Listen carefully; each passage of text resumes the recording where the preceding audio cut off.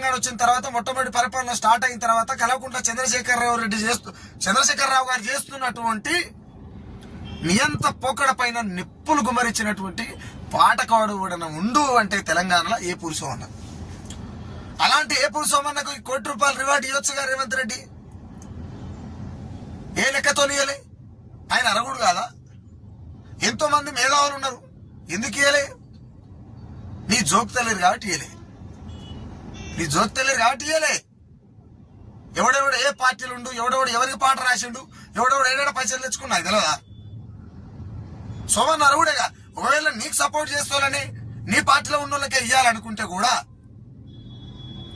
సోమన్న నీ పార్టీలో ఉండదు. ఇప్పుడు గతం ఏమైనా కావచ్చు, ఆయన ఆయన ఆయన రాజకీయ కుర్రలో ఆయన ఎక్కడన్నా ఊరి అడిగే కాడికి అడిగినాం, ఆయన జీవితం ఆయనదిలే. కానీ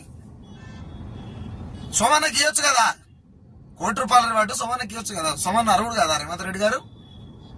నేనేమంటున్నా అంటే ఏదేమైనప్పటికీ ప్రజా జీవితం పల్లేరు ముళ్ళ పైన ప్రయాణం చేసినటువంటిది కాబట్టి అంత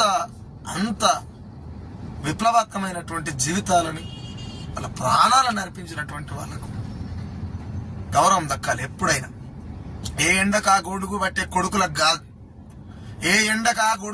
కొడుకులకు కాదు అవార్డులు రివార్డులు ఇచ్చేది. ప్రజల సంపదను విధ్వంసం చేస్తున్న కొడుకులకు కాదు ఇచ్చేది.